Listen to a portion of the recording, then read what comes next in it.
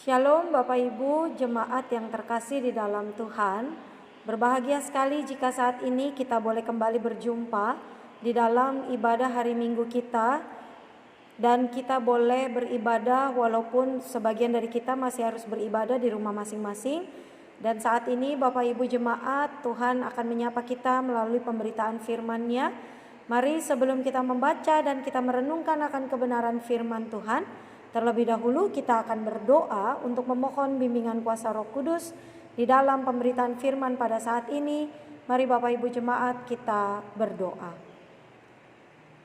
Kami sungguh bersyukur ya Bapa karena penyertaan tangan kasih Tuhan yang masih memampukan kami untuk kami menjalani kehidupan kami hingga pada saat ini.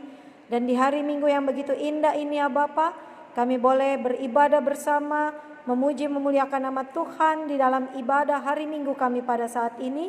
Dan kiranya di dalam ibadah ini ya Bapa, Engkau juga mau menyapa kami dengan kebenaran firman Tuhan, yang kiranya firman-Mu itu ya Bapa dapat menjadi sumber didikan dalam kehidupan kami, sehingga sebagai anak-anak Tuhan kami mampu untuk menumbuhkan iman percaya kami, terlebih mampu menumbuhkan sikap perilaku kami yang sesuai dengan hikmat Tuhan, sehingga hidup kami boleh menjadi berkat dimanapun Tuhan boleh mempercayakan kami menjalani segala aktivitas tugas tanggung jawab kami masing-masing.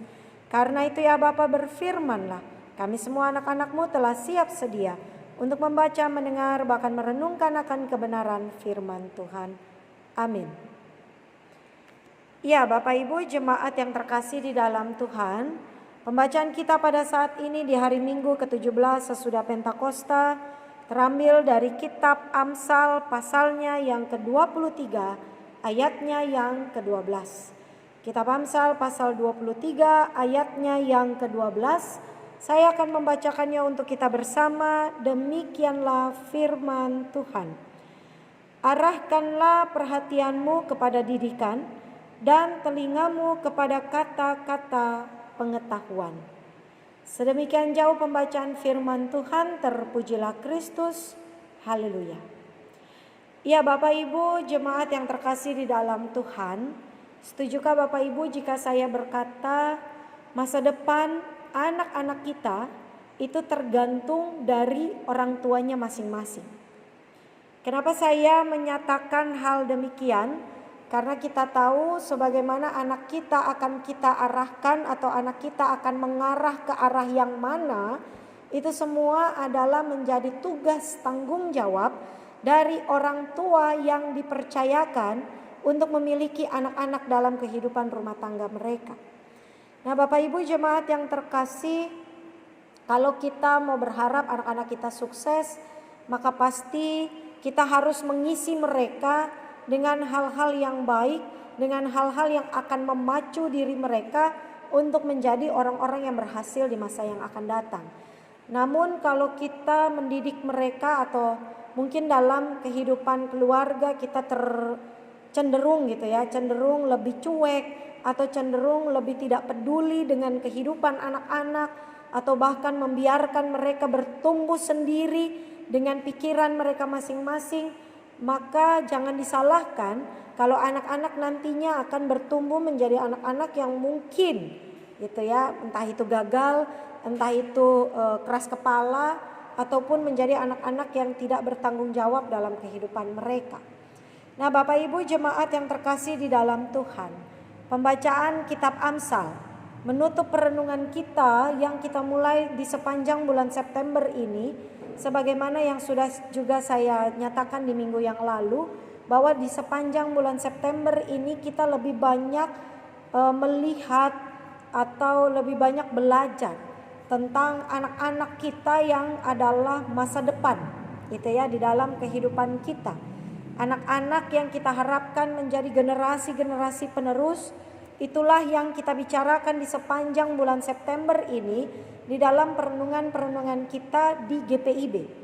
Jadi Sabda Bina Umat kita, sebagaimana kita melihat mulai dari minggu pertama di bulan September, itu berkisah ataupun bagaimana caranya kita bisa mendidik anak-anak kita sebaik mungkin, mendidik generasi-generasi penerus kita sebaik mungkin, karena kita tahu bahwa di sepanjang bulan September ini adalah hari ulang tahun dari Pelkat PA gitu ya.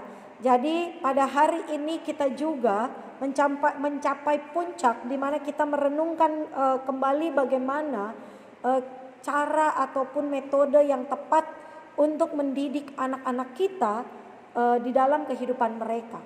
Nah, Bapak Ibu jemaat, kalau di minggu-minggu yang lalu mungkin kita belajar bagaimana anak-anak kita harus dididik untuk tumbuh kembang mereka, maka dalam pembicaraan kita di dalam perenungan pada saat ini, firman Tuhan mengajarkan kepada kita bagaimana caranya kita bisa mendidik generasi-generasi penerus kita tentang kehidupan. Karena kalau kita mau membaca di sepanjang pasal ke-23 ini, ya, Amsal pasal 23 ini memberikan gitu ya, ajaran, memberikan hikmat, memberikan didikan tentang bagaimana menjalani hidup.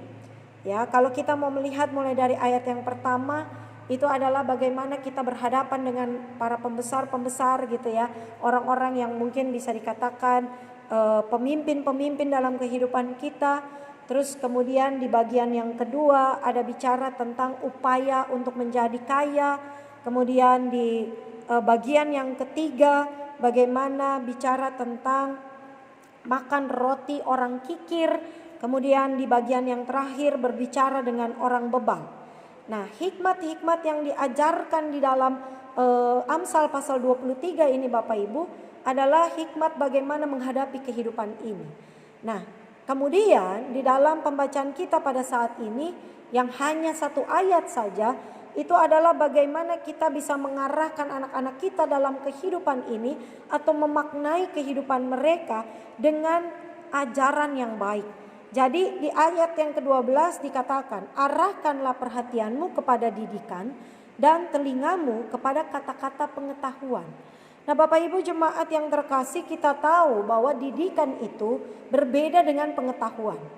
Kalau pengetahuan kita tahu bahwa pengetahuan itu akan mengarahkan anak-anak kita kepada kepintaran atau kecerdasan intelektual mereka. Bagaimana mereka belajar untuk memaknai ilmu pengetahuan dalam kehidupan mereka, yang kita tahu memang ilmu pengetahuan akan berguna bagi mereka ketika nantinya mereka akan terjun secara langsung di dalam kehidupan mereka. Misalnya apakah mereka mau bekerja, apakah mereka mau menempuh ilmu lebih tinggi lagi, ya kan? Maka pengetahuan itu akan menjadi modal yang baik dalam kehidupan mereka ketika nanti mereka dewasa.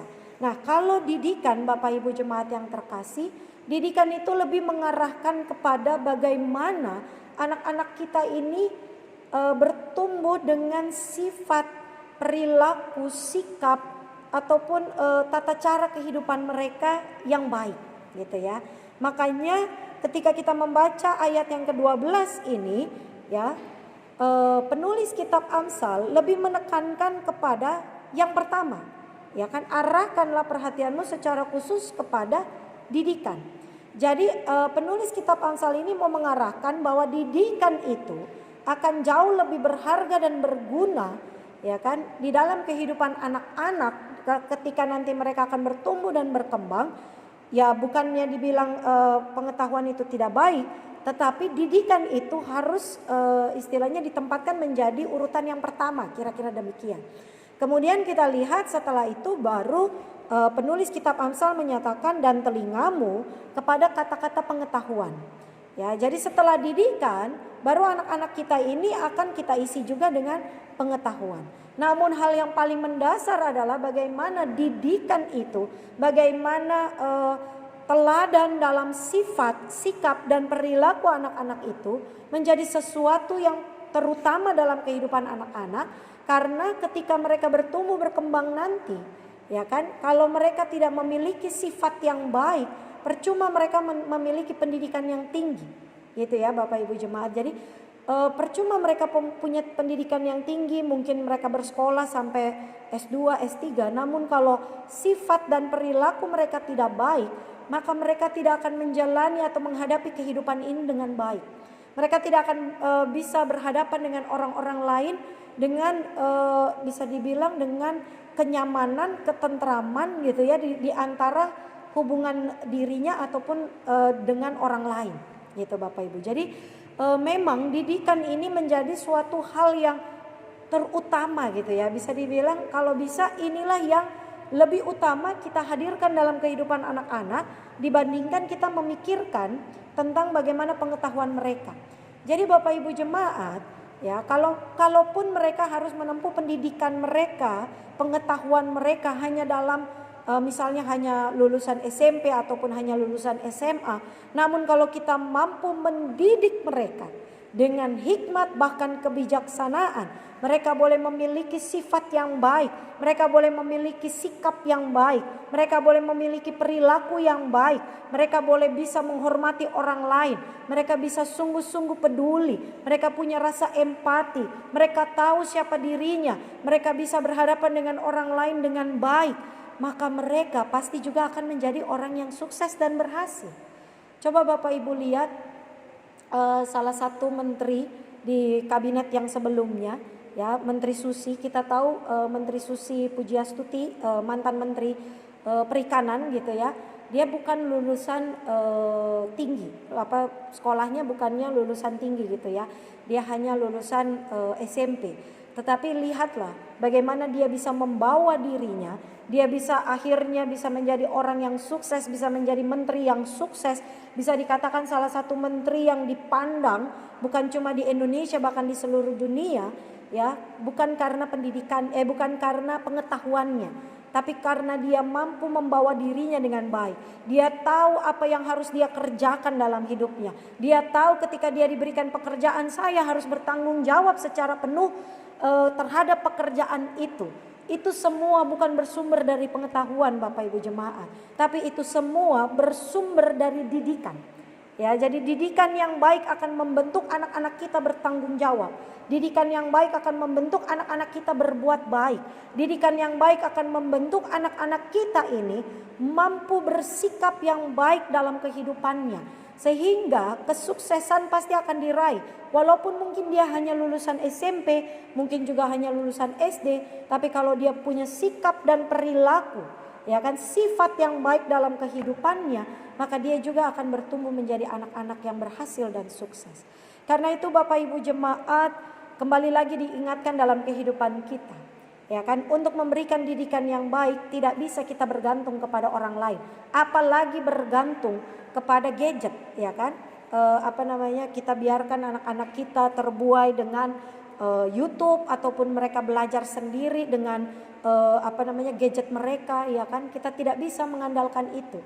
Tapi didikan yang baik akan hadir di dalam kehidupan keluarga kalau orang tua mau terjun secara langsung, memberikan waktu mereka, memberikan teladan mereka, mengajarkan hal-hal yang baik, mengajarkan firman Tuhan dalam kehidupan anak-anak, mengajarkan bagaimana caranya mereka bersikap dengan baik, mengajarkan bagaimana mereka caranya untuk menghormati, menghargai orang lain, memiliki empati terhadap sesama, ya kan, mengajarkan bagaimana caranya rendah hati, mengajarkan bagaimana caranya mereka akan menjalani hidup ini dengan sifat, sikap dan perilaku yang baik dalam kehidupan mereka. Karena itu semua tidak akan diajarkan di sekolah Bapak Ibu jemaat. Itu semua tidak akan diajarkan oleh guru-guru les. Itu semua tidak akan diajarkan melalui gadget ataupun handphone, YouTube dan lain sebagainya. Tapi itu semua akan diajarkan kalau orang tua mau memberi waktunya secara langsung, memberikan didikan kepada anak-anak mereka. Dan orang tua juga mau mengarahkan anak-anak agar mereka mau menerima didikan dari Tuhan. Karena didikan dari Tuhan itu hanya bisa diperoleh kalau anak-anak mau kita arahkan dan ajarkan untuk membaca Alkitab, untuk rajin pergi ke gereja, ke dalam ibadah-ibadah. Karena itulah didikan Tuhan boleh diperkenalkan kepada anak-anak kita. Maka selanjutnya ketika didikan sudah kita hadirkan, anak-anak kita juga akan masukkan dengan pengetahuan-pengetahuan, ya kan? Ilmu pengetahuan juga salah satu hal yang penting. Tetapi bukan menjadi hal yang terpenting. Yang terpenting adalah bagaimana anak-anak kita boleh bertumbuh berkembang dengan hikmat, dengan kebijaksanaan yang baik dalam kehidupan mereka. Nah, karena itu Bapak Ibu jemaat, ketika kita boleh diingatkan kembali dalam perenungan-perenungan di sepanjang bulan September ini, maka jadikan diri kita ya kan menjadi pendidik yang baik bagi anak-anak kita. Jadikan diri kita menjadi teladan yang baik bagi mereka. Jadikan diri kita terlebih dahulu juga dipenuhi oleh hikmat dan kebijaksanaan dari Tuhan. Karena cara mendidik anak yang baik ya kan dengan didikan, dengan hikmat, dengan kebijaksanaan adalah bagaimana kita juga mampu melakukan yang sama. Seperti yang dari kemarin-kemarin saya bilang, kita tidak bisa mengajarkan anak-anak kita untuk peduli terhadap sesama kalau kita saja masih suka menjatuhkan orang lain. Kita tidak bisa mengajarkan anak-anak kita untuk mengasihi, menghormati, menghargai orang lain kalau kita saja tidak bisa punya empati terhadap sesama. Kita suka-suka hati, kita menjelekkan orang tanpa merasa bersalah, dan itu kita lakukan dalam hidup kita dan menjadi contoh bagi anak-anak kita. Jadi jangan salahkan mereka kalau mereka bertumbuh dengan sifat-sifat yang buruk, kalau orang tuanya tidak mampu menjadi teladan yang baik. Maka bentuklah terlebih dahulu diri kita dengan hikmat dan kebijaksanaan yang daripada Tuhan. Ya kan, bagaimana cara membentuknya? Kita juga harus rajin baca Alkitab. Kita juga harus rajin mendengar didikan Tuhan. Kita juga harus menjadi orang yang membuka, mengarahkan perhatian kita kepada didikan Tuhan. Karena hanya didikan Tuhan yang akan mampu menjadikan kita orang-orang yang baik, orang-orang yang benar, orang-orang yang berhikmat, orang-orang yang bisa bijaksana menjalani kehidupan ini. Dan itu semua nantinya akan kita teruskan kepada anak-anak kita. Sehingga mereka menjadi generasi penerus yang bertumbuh berkembang, memiliki sifat, sikap, perilaku yang baik, dan juga memiliki ilmu pengetahuan yang baik dalam kehidupan mereka. Tuhan Yesus memberkati kita sekalian. Amin.